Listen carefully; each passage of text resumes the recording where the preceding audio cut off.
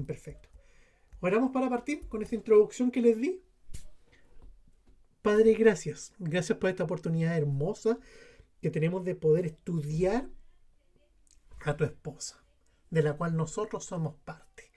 Papá, que durante estas semanas en que vamos a estudiar la historia, podamos comprender qué fue lo que el hombre hizo mal y que ha hecho que la humanidad no quiera creer en este modelo perfecto, en el cual tu Hijo nos reúne, nos capacita, nos entrena, nos hace crecer, nos disipula y nos convierte en luz para las naciones. Padre, que todos los que estamos aquí reunidos nos llevemos esto a nuestras casas, a nuestras vidas, y que este conocimiento, tal vez no tan doctrinal de estas semanas, pero sí bastante histórico, sirva para sacar lecciones. Porque la historia se escribe para aprender lecciones. Si nosotros no somos capaces de aprender lo que ocurrió antes, no podemos construir bien para adelante. Eso fue lo que tus profetas en Israel enseñaron al pueblo, al decirles miren lo que pasó atrás, y lo van a volver a repetir. Y la suma de sus errores provocó que cuando destruyeron Jerusalén, los ejércitos de Nabucodonosor y el pueblo judío se tuviera esa gran diáspora de la cual hasta el día de hoy no se recupera. Gracias, papá. En el nombre de tu Hijo Jesús. Amén y amén. Ya pues voy a compartir pantalla. Ahí está. ¿Ven mi pantalla, cierto? ¿Sí? Asumo que sí. Sí, Historia de la iglesia. Ustedes saben, pueden parar la manito, pueden decirme y entre medio preguntarme. No hay problema con eso. Bien. Y bien, vamos y listo. Lo que vimos en la clase pasada. Hablamos de que el nombre de la iglesia venía, del nombre iglesia, venía del griego eclesía, que significa literalmente los llamados fuera. ¿Por qué? Porque las personas que están dentro de la iglesia han sido llamados desde afuera, desde el mundo, para habitar acá adentro. La iglesia tiene tanto un sentido local como universal. O sea, existe la iglesia local, por ejemplo, la iglesia de Maipú, la iglesia de Santiago Centro, y también está la iglesia universal que somos todos nosotros conformando este gran cuerpo. La iglesia, bueno, es el cuerpo de Cristo, la casa de Dios, su reino, su viña, su rebaño, el camino, la familia de la fe, el templo de Dios, su sacerdocio y una nación santa. Estos son los nombres que tiene la iglesia por las cuales se llama.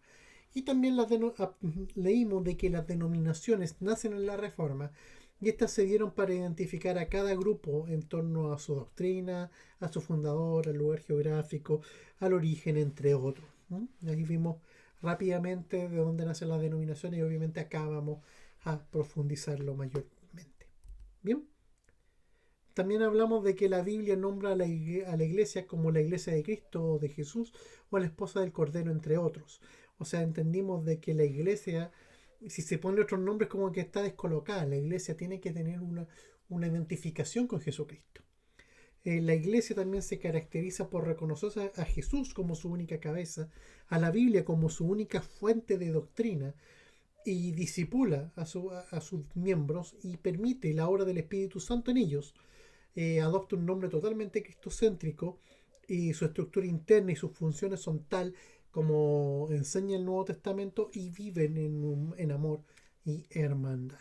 Esas son como esos son como lo descriptivo de una iglesia sana, por llamarlo así. Obviamente un ideal que muy pocas iglesias han conseguido, o al menos si lo han conseguido han sido en su primer tiempo, pero conforme devienen los años, la cosa se complica y no es que esté mal tampoco. ¿Por qué? Porque somos grupos de hombres y los grupos de hombres somos totalmente falibles. Pero la idea es estar constantemente reconociendo que aquí hay un error y tratar de enmendarlo. Si la perfección no habita en nosotros, pero sí podemos tratar de llegar a ella. Bien, ¿qué es lo que vamos a ver hoy día? La iglesia siempre ha sido una sola. No, uno ve un montón de iglesias, no. Esos son denominaciones, son grupos. La iglesia es una sola. Y ella nació en Pentecostés. La fiesta de Pentecostés era más o menos 120, 130 días después de la Pascua. Eh, Más o menos, 170 días incluso, dependiendo de, porque el calendario de los judíos es lunar. el de nosotros es solar. Entonces siempre hay un juego más o menos de 10 días, 5 días, por el cual hay un desfase con nuestro calendario gregoriano, que todo esto entre paréntesis hay varios años perdidos entre medio porque cuando pasamos del juliano al gregoriano se perdieron unos días. Y eso aumenta también la cuenta con esas fechas. Y la iglesia nace en Pentecostés en el año cerca del 33 después de Cristo. Y el cristianismo es el que tiene una larga historia y muchos cismas. Eh, Cismas me refiero con divisiones internas, ¿ya? Y tiene una larga historia de aquello. Bien, y el cristianismo se define de dos formas. Uno, el cristianismo es una religión monoteísta que tuvo su origen en las enseñanzas de Jesús o el Cristo y que están recogidas puntualmente en los evangelios. ¿Ya? Todas las enseñanzas de Jesucristo para el mundo están en Mateo, Marcos, Lucas y Juan. No hay más. Mateo, Marcos y Lucas ofrecen un panorama parecido y Juan uno totalmente distinto, pero complementario también. Y también podemos definir el cristianismo como un conjunto de iglesias que siguen las enseñanzas y doctrinas de Jesús. Iglesias aquí está ocupando el sentido de asamblea, de grupo, de un conglomerado de personas. Bien, miren, esto está en francés, pero lo traté de dibujar yo, pero era muy complicado. Así que se los bajé en francés, igual está entendible, creo. Y esta es la evolución del cristianismo más o menos hasta ahora. Si es que se fijan, voy a marcar un y corregir. Fíjense, aquí es donde está Pentecostés. Partimos acá. Esto, ah, qué difícil escribir con un mouse. 33. Fue por ahí. Sigue. Hasta que se divide, fíjense, el concilio de Nicea, que después lo vamos a ver.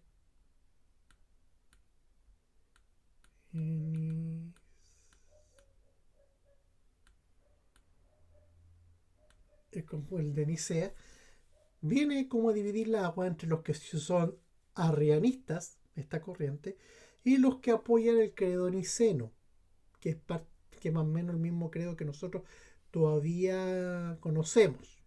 Creo en Dios, que establece mucho, que está basado mucho más en la Trinidad que el otro. Bien, y después ya con esto están los otros concilios, que es el concilio de Efeso, que ahí es donde también otro grupo de cristianos llamados los nestorianos se dividen. Y después viene otro concilio, el de Calcedonia, en el cual se divide también entre los monofisitas y que después se convirtieron en los ortodoxos orientales. Y después viene la pentarquía. ¿Qué es la pentarquía? Después se lo explico. Y después en el siglo XI viene este gran cisma. Entre medio obviamente salieron los iconoclastas, que fueron aquellos que querían destruir todas las imágenes y volver al culto sin imágenes, que fue un movimiento por la Iglesia Católica considerado herético. Y después vienen los paulicianos. Los paulicianos toman el nombre de un obispo llamado Pauliciano, y que él abogaba por volver un poco al modelo apostólico, pero también terminó convirtiendo en una herejía para los católicos. Después viene el gran cisma. ¿Por qué? Porque los iconoclastas no se quedaron tranquilos con eso. Y se viene el gran cisma, que ahí es donde se divide en cuatro patriarcados ortodoxos, que son el patriarcado de Jerusalén, que son el patriarcado de Constantinopla, el de Antioquía y el de Alejandría. Eso, el último se lo voy a precisar más. Y después de eso se divide la Iglesia Católica y ya entre 1431 y 1441 empiezan ya a armar todas estas herejías como el purgatorio, la Inquisición, el panásimo, la infalibilidad del Papa, el celibato de los sacerdotes, entre otras cosas. Mientras que por este otro lado también habían ramas que también habían ramas que se separaron. ¿Bien? Es más, el ortodoxismo en 1595 se unió, hubo una rama que se unió a la Iglesia Católica, y que fueron la Iglesia Católica de rito latino y de rito oriental. ¿Mm? Entre medio de la Edad Media, que ya estamos en la Edad Media, aparecieron los cátaros, aparecieron los valdenses, y después vino la Reforma Protestante, aquí. Y en la Reforma Protestante aparecieron ya diferentes grupos, que fueron los luteranos, los anabaptistas, o juteristas, o los menonitas, que son como un mismo grupo. Aparecieron también los calvinistas o presbiterianos, y desde ahí se descindieron los bautistas, se descindieron los unitaristas. Después un poco más allá vinieron los metodistas del tronco calvinista o presbiteriano. Después vino el movimiento de restauración, que también está entroncado con los metodistas, pero también está, es como entre estos dos, entre bautistas y metodistas. Y del metodismo también nace el pentecostalismo. Y bueno, el movimiento anglicano tiene su propio nacimiento, que fue el que les dijimos, que cuando Enrique VIII se le ocurre esta locura para poderse separar de la hija y de la esposa, que era hija de los reyes católicos, y se quiere casar con la amante, a la cual después buscó todas las formas para matarla, para casarse, y mientras la estaban matando, él está casándose con la otra, así, el tipo tuvo 6 mujeres, y no sé, todas estaban amantes. Y más o menos esto es el panorama de la evolución del cristianismo desde el inicial 33 hasta más o menos lo que está ahora. Eso es más o menos lo que hay. Bien. ¿Qué es lo que vamos a ver el día de hoy? Eso es un panorama muy general para que los vean. Primero vamos a hablar desde el Pentecostés hasta Constantino, después vamos a hablar desde Constantino hasta la Reforma, esto ya va a ser la otra semana, y la semana subsiguiente va a ser desde la Reforma hasta el día de hoy. Bien, desde Pentecostés hasta Constantino, eso es lo que vamos a ver el día de hoy. Pentecostés, ¿qué es Pentecostés? Pentecostés es una fiesta judía en donde los discípulos, cerca de 120, se habían reunido a orar. Están en un aposento alto, se presume que incluso fue donde mismo fue la última cena, se dice, no está comprobada, pero se dice que por ahí fue, que este era como su lugar de reunión, su club. Y como fue prometido por Jesús en Juan 14, el Espíritu Santo bajó y llenó a todos los 120 que estaban ahí con lenguas de fuego. Eran visibles estas lenguas. El Espíritu Santo cae de esa forma y aparecen lenguas de fuego sobre las cabezas. ¿Y qué es lo que pasó? Que cada uno de ellos empezó a hablar del Evangelio, empezó a hablar de Jesús en un idioma distinto. Y ojo, esto fue lo que sorprendió a todo el mundo. ¿Por qué? Porque había mucha gente que era judía pero no hablaba hebreo, o hablaba griego, o hablaba latín, o hablaba dálmata, o hablaba sirio, o hablaba persa, o hablaba tracio, o hablaba egipcio antiguo. En este caso, que era una variante del arameo. Imagínense, tú vas pasando por la calle, por un país que se supone que no habla español, ni siquiera es de tronco romance, que por lo menos pudiéramos tener palabras parecidas. No sé, te fuiste a Rusia, y donde de repente aparece un ruso que nunca ha sabido idioma, empieza a hablarte en español, a hablar del Señor. Eso fue lo que ocurrió. Y ahí es donde entramos en el primer gran error, sobre todo en los movimientos pentecostales, que con el hablar en lenguas, porque ellos se toman de acá, entre tantos versículos. Pero yéndonos al griego, habla de idiomas, no de lenguas. Idiomas. Entonces fueron idiomas lo que la gente a través del Espíritu Santo fue capacitada. Tengo entendido que eso simboliza la propagación del Evangelio no solo para los judíos, sino que para todo el mundo. Y así, sí, esa era la idea. La idea de eso era de que era capaz, lo que hizo el Espíritu Santo ahí, Iván, fue capacitar a todo el mundo para que pudiera hablar en el idioma de otra persona para poder propagar el evangelio. Entonces, ¿cómo podemos entender de que Pedro, una persona sin mucha instrucción, haya llegado hasta Roma? Y en Roma se hablaba latín. Entonces, fue el Espíritu Santo que le enseñó a hablar latín a Pedro. Mejor dicho, que le puso el idioma en la cabeza. ¿Te fijas?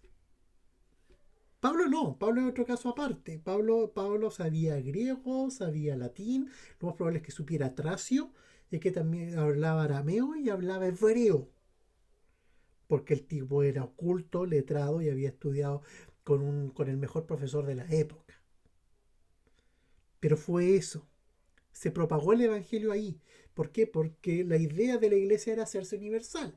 Cuando Jesús está frente al monte de los olivos y dice: yo vine ante ti como gallina que junta sus polluelos debajo de tus alas, pero no me tomaste en cuenta, ahora yo voy a ir a otros. Esos otros somos los gentiles. Y los gentiles no hablamos hebreo. Entonces fue el Espíritu Santo capacitó a esos 120 para hablar otros idiomas. Ahí, en ese momento. Fue como un don del Espíritu Santo. Es por eso que todo el mundo entendió lo que estaban hablando. Y es más, luego de esto, Pedro se predica un sermón en donde se convierten 3.000 personas, contando solo hombres. Así que facilito podrían haber habido más de 6.000. Y ahí, esto marca el hito con el que comienza la iglesia. La iglesia nace aquí. Aquí nace. Este es el punto donde llega el Espíritu Santo y se establece la iglesia con la primera comunidad en Jerusalén. ¿Y cómo fueron los primeros años de este cristianismo? Ellos vivían en comunidad. Ellos vendían todos sus bienes. Todo lo que estoy hablando, muchachos, está en Hechos. Eh, los primeros cristianos vivían en comunidad, vendían sus bienes y los daban a los demás, para que para que todos tuvieran lo mismo. Nadie tenía menos que el otro, ni más que el otro. Todos tenían lo mismo. Entonces era súper pacífica la forma en que vivían, porque nadie tenía más que otro, ni menos que otro, todos tenían sus necesidades, trataban de suplírselas entre todos. Se organizaban muy bien. Eh, Incluso en un momento los apóstoles decían que no pueden estar predicando y sirviendo, y ellos eligen a estos diáconos para dedicarse exclusivamente al servicio. Diácono en hebreo significa eso, puntualmente. Son servidores.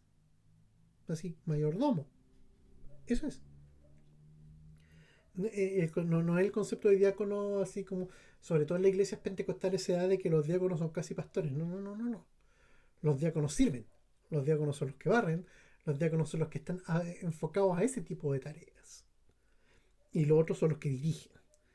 Y las autoridades judías, al ver esta organización tan perfecta y tan ordenada, se fueron encortándole los espacios lentamente.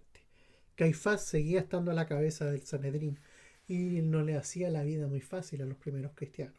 Y eso provocó que lentamente se fueron cortando los espacios y que terminaran matando a Esteban. Esteban es el primer mártir de la iglesia. Era un diácono Esteban y lleno del Espíritu Santo. Se dice que Pablo estuvo ahí metido también. Y acuérdense que Pablo era fariseo. Entonces, los primeros años iban bien hasta que pasa esto. Son encarcelados los discípulos. A Esteban lo apedrean por ponerse a predicar de una forma muy fuerte, muy poderosa. Y termina siendo martirizado y muerto a pedrada, lapidado por blasfemia. Y ahí donde también se marca otro punto de inflexión con la muerte de Esteban, que es cuando Pedro ya de frentón empieza a predicarle a los gentiles y llega donde Cornelio. Cornelio era un jefe de una centuria romana y Dios lo envía a donde Cornelio. Pedro no había comido y tampoco quería sentarse a comer con ellos porque estaban comiendo algo impuro. Y entonces Pedro recibe esta visión en la cual le muestran un gran lienzo donde aparecen todos los animales de la tierra y donde la visión le dice: Pedro, mata y come. No, Señor, porque no como nada impuro. Y diga: no digas impuro lo que yo ya purifiqué. Solamente hay que abstenerse de la sangre, de lo sacrificado a los ídolos y de los ahorcados. El resto es todo comestible. Y ahí Pedro compartió con ellos y todo ese cuento y le pudo predicar a Cornelio, y ahí también empieza la expansión hacia los gentiles del Evangelio. Pasó el tiempo y otro punto de inflexión en la iglesia fue el famoso concilio de Jerusalén, el primer concilio de la historia. Tema central, eh, los judaizantes y también cómo tenían que conducirse los gentiles. Estamos hablando de que muchos cristianos, que como eran judíos, querían que los gentiles se comportaran también como ellos, como judíos. Incluso lo estaban mandando a circuncidar. Y eso al final provocó una división entre la comunidad de Jerusalén poderosa y dirigida por Santiago, el hermano de Jesús, y, eh, la otra facción que está a favor del mensaje hacia los gentiles, que Pablo ahí empezó a tomar protagonismo después de este concilio. Eh, y ahí es donde también en Hechos se desaparece un poco la pista de Pedro. El concilio de Jerusalén marca este punto de inflexión y al final, después de mucho discutir, se llega a la indicación de que de que los gentiles no tienen que guardar la fiesta judía ni nada, pero sí deben abstenerse de fornicación y de comer los sacrificados a los ídolos, la sangre y los ahorcados. Y listo. Y de ahí empieza donde ya Pablo empieza a establecer la doctrina de la iglesia tal cual como está contenida en el Nuevo Testamento. Bien, así fueron los primeros años. De ahí vino esta expansión. Y ahí es donde está Pablo en 3 viajes misioneros más un viaje hacia Roma, que es lo que está documentado en Hechos. Y Pablo se dedica a recorrer toda la provincia de Asia y toda Grecia, para establecer el reino de Dios en esas ciudades, llegando incluso a predicar en Atenas, una de las ciudades más importantes de la época, junto con Éfeso, junto con Jerusalén, junto con Roma y junto con Alejandría y con Antioquía. Entonces Pablo se encarga, y si bien siempre llegaba a la sinagoga primero, pero él terminaba yéndose igual hacia los gentiles, porque las sinagogas siempre los rechazaban. Hay un libro que me lo conseguí en su versión de Kindle, que no lo compraba, pero me leí la muestra gratis que te dan, que habla de que Pablo posiblemente fuera una persona judía y que quería establecer el reino en los judíos primeramente. Y claro, tiene mucho de sí. ¿Por qué? Porque Pablo era fariseo, entonces siempre le tiraba el corazón judío. Pero al final siempre terminaba trabajando con los gentiles y para los gentiles. La iglesia de Frentón empieza a huir y a expandirse por el mundo cuando muere Santiago, el, el, el yerno de Caifás, sumo sacerdote de la época, arma un complot para destruir a la iglesia y producto de aquello muere Santiago, es asesinado, lanzado de una altura prominente hacia abajo. Y ahí es donde la iglesia de Jerusalén empieza a expandirse por todo eso. Y ahí es donde también Pedro posiblemente llega a Roma. Y donde Pedro también se establece para predicar. Pedro se establece en Roma. Nerón fue el que propició las primeras persecuciones, eh, y con muy malos resultados. Nerón era un megalómano loco, más que Calígula. Calígula era extravagante, era loco, pero Nerón ya era malo.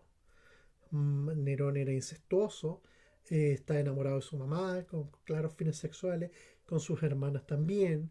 eh, Ocupó a los judíos de antorcha, los empalaba, a los cristianos vivos los empalaba, los rociaba con brea y los hacía arder para iluminar sus jardines. Muchos murieron en el circo romano. Y sin contar de que por eso tuvieron que como esconderse para vivir en las catacumbas y quedarse ahí a predicar y a hacer su vida de iglesia. Es ahí donde también Pedro... Tengo una pregunta en el chat. ¿Calígula es contemporáneo en la época? Sí, Calígula sí. Calígula es anterior a Nerón. No recuerdo en qué orden de emperador, pero a ver, del primer emperador así como tal, con el título de emperador, que mejor dicho era pontifex, de ahí viene pontífice, fue César Augusto Octavio, el hijo adoptivo de Julio César, es que según el derecho romano tu hijo biológico no necesariamente era tu heredero. Tú podías elegir un sobrino o un ahijado o incluso tu amante para convertirlo en tu sucesor legal. Entonces, Julio César había depositado sus derechos en Octavio, llamado pues César Augusto, y después él tuvo a Tiberio, sí, Tiberio, después vino Claudio, si es que no me equivoco, no, Tiberio, Calígula, Claudio, Nerón. Después de Nerón viene el año de los cuatro emperadores, y después de los cuatro emperadores viene Vespasiano. Después de Vespasiano, muere Vespasiano, que fue el de la revuelta en Jerusalén, de la primera guerra de los judíos. Después de Vespasiano viene Tito, hijo de Vespasiano, y el que terminó por destruir Jerusalén. Y después de Tito viene... No recuerdo, creo que Trajano, pero eso. Y de ahí viene, sí, es que Calígula es contemporáneo. Todos los emperadores que te acabo de nombrar son contemporáneos, llegan hasta el año 100, 110 por ahí. ¿Ya? Entonces son contemporáneos los apóstoles. Es más, bajo el gobierno de César Augusto fue el censo. Así que hizo que José, perdón, se moviera de Nazaret a Belén. Sí, ya habían emperador. Y después, bueno, lo que le acabo de contar viene la destrucción del templo, que eso hizo que ya la diáspora judía fuera tal y que eso permitiera también de que los judíos cristianos se propagaran por el imperio romano, que es cuando Jerusalén es destruida por el ejército de Tito, y después, 3 años después, termina esta guerra cuando ya los que habían resistido, los esenios con los celotes, resistieron en Masada, en Megiddo. mm, y ahí en Masada, después de mucho pelear en un sitio muy terrible, conquistan la fortaleza que había construido Herodes, y cuando llega allá, Tito se encuentra con todos los judíos muertos, se habían matado entre ellos. Como los judíos no se pueden no se pueden suicidar, eligieron a suerte es quien tenía que matar a otros. Entonces la mitad de las personas que están en la fortaleza mataron a una mitad. Después una mitad de la mitad se mató a otro. Y así se fueron matando hasta que quedó el último. Y el último también se mató. Buscó una forma de no suicidarse, pero de provocarse la muerte. Cosas de judíos. Y después viene Juan, que marca también el último punto de la expansión del cristianismo por el imperio, cuando Juan se establece después de sufrir torturas y después de sufrir exilios. Se, por uno de los emperadores, creo que Diocleciano, eh, sufre torturas, sufre el exilio en Patmos, que es donde recibe el Apocalipsis. Por eso yo considero que el Apocalipsis es anterior incluso a las cartas y al Evangelio de Juan. Y, y ahí es donde Juan ya se establece en Éfeso y vive en Éfeso hasta el final de sus días, más o menos entre el 105 y el 110 después de Cristo. Muere viejito, no muere como todos los demás martirizados. O sea, de todos los apóstoles de Jesús martirizados, el menos martirizado, el que menos sufrió fue Pablo, porque a Pablo llegaron y le cortaban la cabeza, pero a los otros los torturaron, los crucificaron, los quemaron y así. Sigamos. Después de ahí viene lo que se conoce como un periodo de apostasía.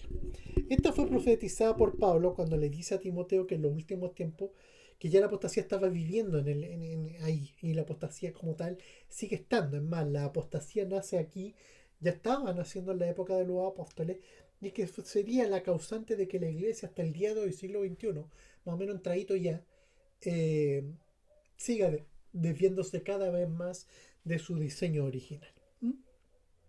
Esta apostasía está señalada en Apocalipsis. ¿Por qué? Porque hay varias cartas que lo señalan, perdón, varias iglesias a las cuales escribe. El escritor se señala la apostasía, habla de los nicolaitas en una parte, habla de la tibieza de uno y habla de la pérdida del primer amor de otros. Entonces ya la apostasía estaba siendo mella en la iglesia durante la época. Y hoy también nacieron varios grupos que dividían el cristianismo. Pucha, los gnósticos, eh, los nicolaitas, el mismo grupo de los judaizantes, y así fueron dividiendo el evangelio.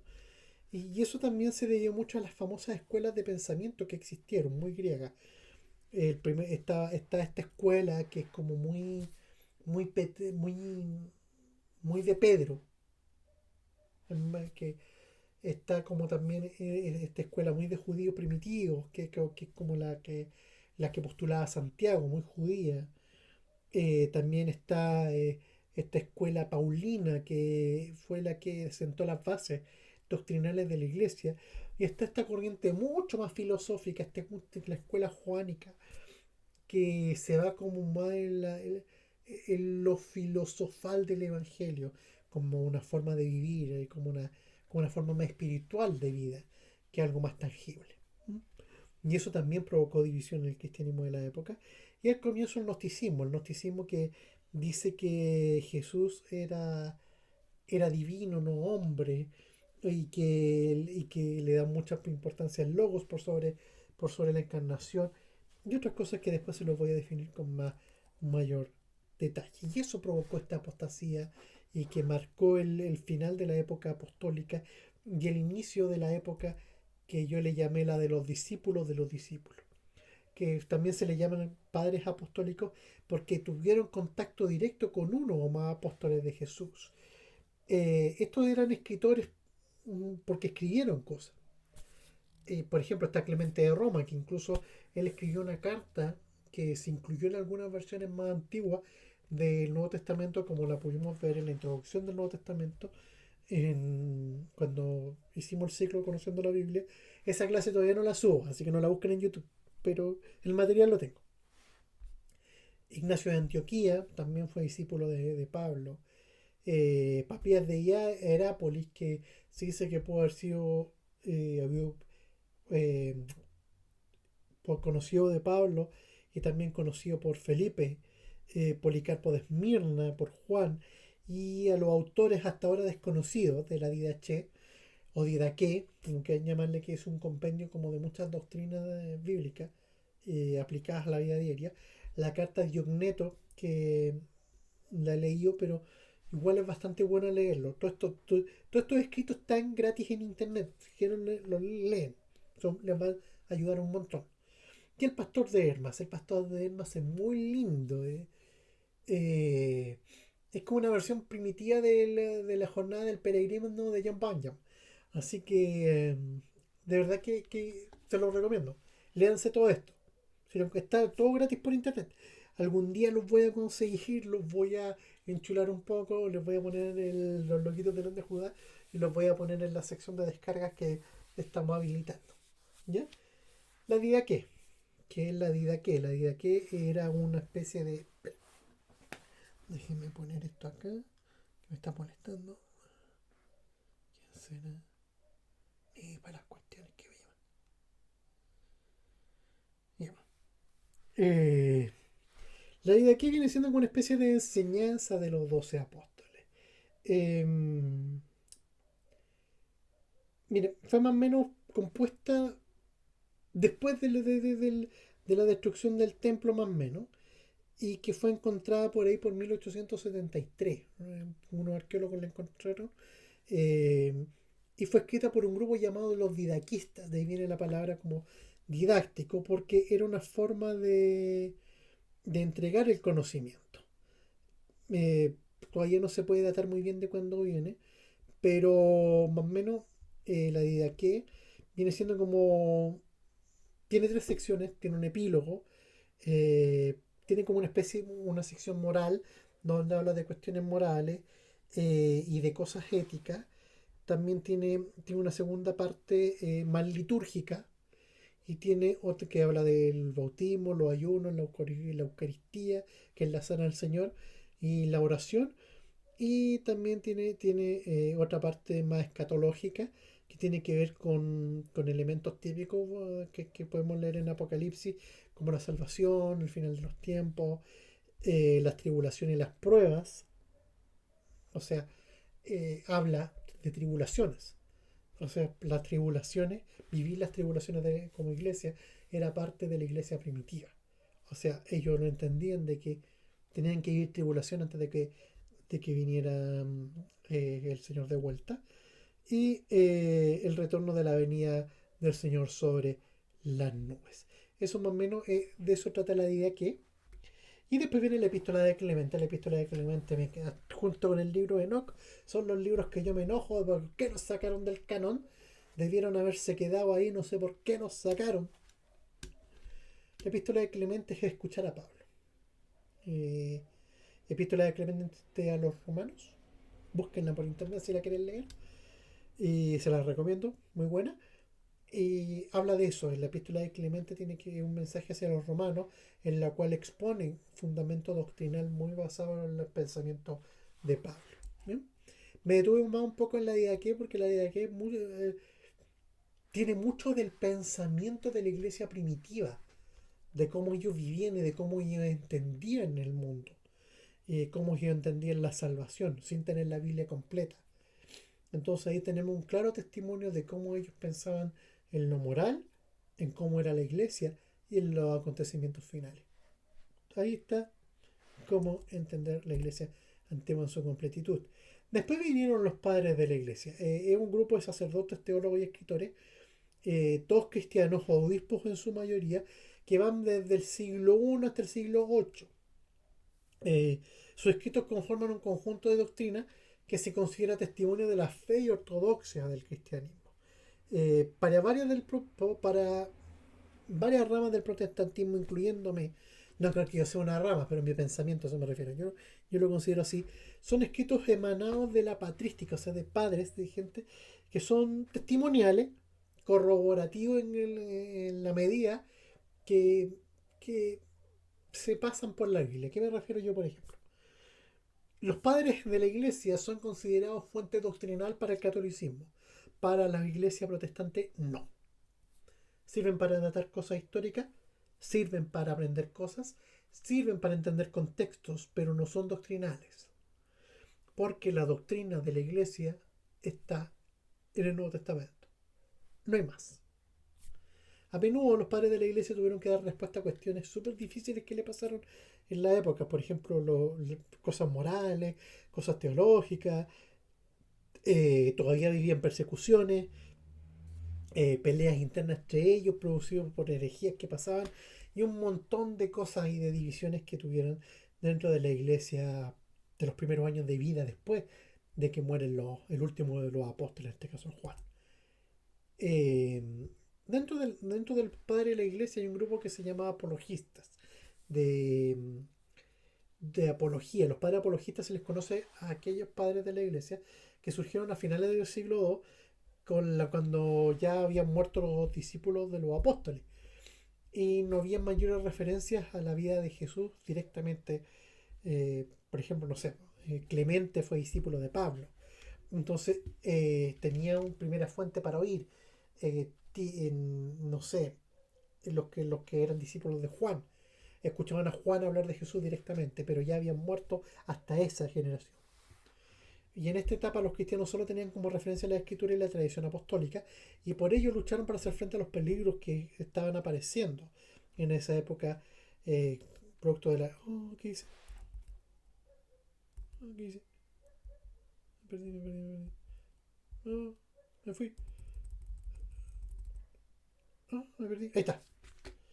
Las primeras generaciones de escritores cristianos aún vivieron en la persecución y se les conoce como los apologistas. Hubieron algunos que vivieron ese tiempo difícil por la defensa que hacían del cristianismo frente a los paganos, frente a los gentiles y otras doctrinas de la época. Y en ellos destacan Justino Mártir, porque murió mártir, Ireneo de León, súper importante Ireneo de León, Hipólito de Roma, Novaciano, Tertuliano, que formó la escuela de Alejandría, Orígenes, que es el padre de la teología. Orígenes sentó la base del estudio teológico hasta el día de hoy. ¿Por qué? Porque a diferencia, a ver, la forma de estudiar teología y de hacer teología desde Orígenes hasta ahora no ha cambiado. Lutero la heredó del catolicismo y la mantuvo. Teodoro de Beza y Juan Calvino, la perfeccionaron. Y los bautistas la metieron estructura. Pero la forma de hacer teología y de entender la teología con sus distintas subramas son de Orígenes. Vienen de ahí. Panteno, Cipriano de Cartago y Clemente de Alejandría y de la escuela de Antioquía, Luciano de Antioquía. O sea, esos fueron más o menos los padres apologistas, que fueron los primeros. Y después vienen los padres latinos. ¿Sí? Los padres latinos. ¿A qué le llaman los católicos los padres latinos? Son 4 padres occidentales, como los 4 padres latinos, también los padres de la iglesia de rito latino, que son la iglesia católica hasta el día de hoy. En ellos se encuentra Ambrosio de Milán, compositor de himnos, que todavía se cantan en la iglesia católica, se siguen cantando, pero se cantan sin instrumentos. Más, las composiciones de Ambrosio de Milán se canta, fueron tomadas mucho por los monjes del Cister, en que después nacieron los monjes gregorianos. De ahí viene el canto gregoriano. Agustín de Hipona, otro de los importantes para leer, que fue bautizado por Ambrosio de Milán, y una figura cumbre de la historia cristiana y uno de los primeros pensadores importantes de la historia. O sea, un hombre, es uno de los grandes pensadores de la historia, y sus libros son buenísimos. O sea, Editorial Clie vende los libros de Agustín de Hipona, recomendado. Jerónimo, ya sabemos, a través de la Vulgata, y otro Gregorio Magno, que fue un papa, pero él fue como el que ya cerró esta cuestión del canon y todo eso. Después vienen los padres de la iglesia orientales, que son también 4 padres, pero que tienen que ver con el rito de Oriente, o sea, de Constantinopla para Oriente, el rito griego. Estos son Atanasio de Alejandría, Basilio el Grande, Gregorio Nacianceno y Juan Crisóstomo. Ahora, una de las grandes amenazas de esa época fueron las herejías. ¿Por qué? Porque hubieron disputas de doctrinas que comenzaron con los inicios del cristianismo. Los nicolaitas, los gnósticos y todo eso vienen de allá. Y la iglesia cristiana organizó concilios para resolver estos asuntos. Los concilios que representan a toda la iglesia cristiana fueron llamados ecuménicos. O sea, venían todos los obispos de todas partes del imperio y se juntaron en una ciudad a discutir qué onda. Algunos de estos fueron rechazados, algunos grupos, como los que les estoy listando aquí, fueron rechazados por herejes. Por ejemplo, el simonianismo, el nicolaísmo, los judaizantes, el gnosticismo, el marcionismo, ese fue el peor, el montanismo, el adopcionismo, el mandeanismo, el monarquianismo, el nestorianismo, el apolinarismo, el arrianismo y el docetismo. Está bueno que me los definieran por una tarea. Bueno, se las dejo ahí. La época de los concilios. Primero vino Nicea. Nicea es el primer concilio así para dilucidar estas cosas. De ahí nació el credo niceno. Creo en Dios Padre, creador de todo lo que existe del cielo y la tierra. De ahí viene. Y ahí se organizó la Iglesia Católica con patriarcado y diócesis. Para los que no son católicos o no se acuerdan del catecismo, los patriarcados existían, un grupo de 5 patriarcados. Y cada patriarcado tenía diócesis. Y cada diócesis estaba gobernada por un obispo o un arzobispo. Y así para abajo.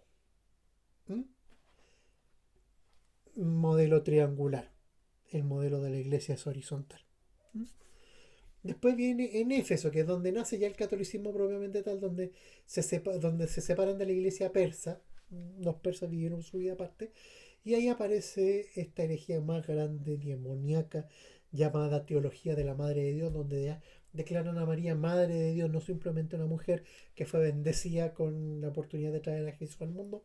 No, ya la declararon Madre de Dios por el concepto trinitario de aquello, y herejía pura. Y en Calcedonia ya se separan los monofisitas, que ellos decían de que Jesús no tiene naturaleza humana. Efectivamente, Jesús no tiene naturaleza humana. Jesús tiene 2 naturalezas, humana y divina. Y el patriarca de Alejandría aquí ya se separa y los manda al diablo.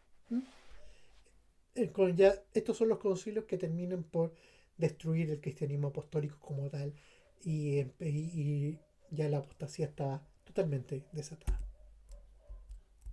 Ahora sí que pego esta cosa. Ahí sí. ¿Qué era la pentarquía? Fueron estos 5 patriarcados base. Y hace referencia a una autoridad universal sobre la cristiandad que la goberna, digámoslo así, que la cristiandad tenía 5 patriarcas importantes y estos 5 patriarcas importantes eran los que gobernaban la iglesia, por llamarlo así. ¿Ya? Y ellos tenían poderes eclesiásticos superiores a la de los obispos metropolitanos o los obispos de la ciudad. Estos 5 obispos, que tenían como que era un grupito, una especie de colegio, eran, según su orden fija por honor, era el Papa de Roma o el Patriarca de Roma, el Patriarca de Constantinopla, la segunda ciudad más importante del imperio, que después pasó a ser la capital del imperio romano después que los bárbaros conquistaron Roma, el Patriarca de Alejandría. En la idea de la pentarquía, él era el jefe de la iglesia ortodoxa de Alejandría, no de la iglesia copta, ese es otro tema. Después viene el Patriarca de Antioquía, que es el jefe de la iglesia ortodoxa de Antioquía, y no los otros que tienen este título. Estamos hablando de lo que le expliqué al principio, la iglesia católica de rito latino, de rito oriental. Estamos hablando del rito oriental de la iglesia católica. Y el Patriarca de Jerusalén, que es precisamente el jefe de la iglesia ortodoxa de Jerusalén. ¿Mm? Estos 5 patriarcas, entre los 5, gobernaban la cristiandad. ¿Mm? Entre otros 5 se juntaban de vez en cuando, decían, se ordenaban un poco el cuento. Bueno, ya nos dimos cuenta de que en el concilio de Calcedonia el patriarca de Alejandría se separa, después lo sigue el patriarca de Antioquía y el de Jerusalén. ¿Mm? Constantinopla no, Constantinopla vino a separarse en el cisma de Oriente, que después lo vamos a ver. ¿Mm? Constantino. ¿Quién fue este caballero? Un emperador romano que jamás nunca se convirtió al evangelio propiamente tal, sino que había más cristianos que paganos. Él, para mantener, porque ya estaban habiendo peleas internas entre cristianos y paganos, una de esas peleas fuertes se dio mucho en Alejandría, y ojo que cuando Constantino convierte el cristianismo en la religión oficial del imperio, quedó la escuela en Alejandría, se quemó la biblioteca de Alejandría, mataron a... Ay, ¿cómo se llama esta mujer? Que salió incluso en una película, en un libro. Hipatia. Hipatia. Que era como la matan, la queman y todo eso. Eh, y ahí vienen los primeros problemas provocados por esta brutalidad que se le ocurrió inventar a Constantino. Promulga en el 313 el edicto de Milán decretando así la libertad de culto en todo el imperio y termina la persecución de los cristianos. ¿Por qué lo hace? Porque él, en una batalla, según él, se le apareció una gran cruz en el cielo y que una voz del cielo le dice, por esta vencerás. Entonces, ¿qué es lo que hace Constantino? Se encomienda a la cruz. ¿Cuál es el resultado? Le ganó la batalla con lo que estaba peleando y decide convertir al cristianismo en la religión del imperio. Él es difícil discernir cuánto cristianismo adoptó Constantino en ese momento, pero su adhesión fue un punto de inflexión para la iglesia. ¿Por qué? Porque la apoyó con Lucas, construyó basílicas, construyó San Pedro, la primera basílica de San Pedro. Su mamá se dedicó a buscar las reliquias en Jerusalén, que a todo esto Jerusalén era un tierral.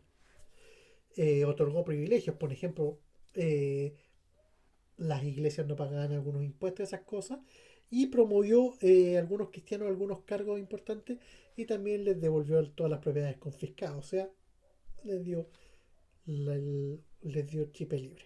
En el 325 convoca este concilio de Nicea y de este modo estableció un precedente en el cual el emperador se hacía responsable ante Dios por la salud espiritual de su imperio, algo que heredaron después los reyes. ¿Mm? Que vino su máxima expresión en Carlomagno y que incluso Carlomagno se le nombró emperador del Sacro Imperio Romano Germánico y que donde tuvo el otro punto de inflexión fue cuando Alejandro VI le otorga el título de reyes católicos a Fernando e Isabel, reyes de España. Y es de ahí que hasta el día de hoy la corona de España es la única que puede considerarse una corona católica. Ellos son reyes católicos hasta el día de hoy. Fue por eso. Y de ahí viene eso de que los reyes y los emperadores eran responsables ante Dios de la espiritualidad de su pueblo. De ahí. Y estaban obligados a mantener la ortodoxia, lo que pasó con Carlos V y Lutero. ¿Mm? Carlos V va a la dieta de Worms y a hablar con Lutero y al final Lutero no se retracta. Él le da un salvoconducto para tenerlo con vida, pero en secreto lo manda a matar. Y ahí es donde entra el príncipe Federico Guillermo, que lo salva, lo mete en el castillo de Wartwood. Y ahí es donde traduce el Nuevo Testamento y después y deja empezar la Biblia completa en alemán. Y, y de ahí ya viene todo lo que vamos a ver después. Bien, eso. Continuará la clase la próxima semana. Bien, eso, eso. Todo. Oh. ¿Alguna duda hasta ahí? Recorrimos cerca de 450 años. Al ojo, al ojo. Me hiciste acordar del colegio, cuando hablaban del famoso edicto de Milán, Sí, pero lo pues. hacían pasar así como muy a lo que aquí pasó nomás, una cosa así No, el muy edicto de abstracta, Milán. muy, No, pues. tiene harto, Sí, pues. ¿Por qué? Porque el edicto de Milán marcó el punto de inflexión para el cristianismo. O sea, eh, exacto, claro, de aquí que donde se acaba propiamente ya de frente empieza la herejía católica como tal. Aquí empieza. Y ahí es donde ya se establece este gobierno de que el Papa y Emperador van juntos. Este coqueteo que todavía dura. Entonces, de ahí. El edicto de Milán es súper importante. Y lo que siguió de ahí después. Y es lo que vamos, y es donde pasa la Edad Media. La Edad Media pasa muchas de estas cosas raras. Y eso es lo que vamos a ver también la próxima semana. Bien, ¿dudas por ahí? Manifestaciones de repudio, ¿no? Acusaciones de herejía, ¿no? Hola, oye la JC. Hey, hola. Hola, Ya pues, sí, terminamos bien, ¿eh? Porque partimos la clase más o menos como a la... Sí, una hora. Una hora. ¿Oremos para despedirnos? Señor, gracias por esta oportunidad hermosa que tenemos de poder aprender de la iglesia. Gracias, Señor, porque nos dimos cuenta de cómo el hombre provocó la apostasía que terminó haciéndole daño a tu esposa. Señor, ayúdanos a que todo lo que pudimos ver el día de hoy nos sirva para comprender los contextos en que nacieron muchas cosas y que aprendamos de los errores del pasado para construir una relación sana contigo que permita tener una iglesia también sana y que lo único que quiera sea buscarte y agradarte. Gracias papá por JC, por Claudia, por Mari, por Kevin, por Astrid, por Marga, por Iván. Gracias Señor por sus corazones, por las ganas de querer aprender. Tú sabes Señor de que esto es para ellos, no es para nadie más que para ellos. Gracias papá, en el nombre de tu Hijo Jesús, amén y amén. Ya pues, cuídense. Gracias Astrid, gracias Iván, Claudia, JC.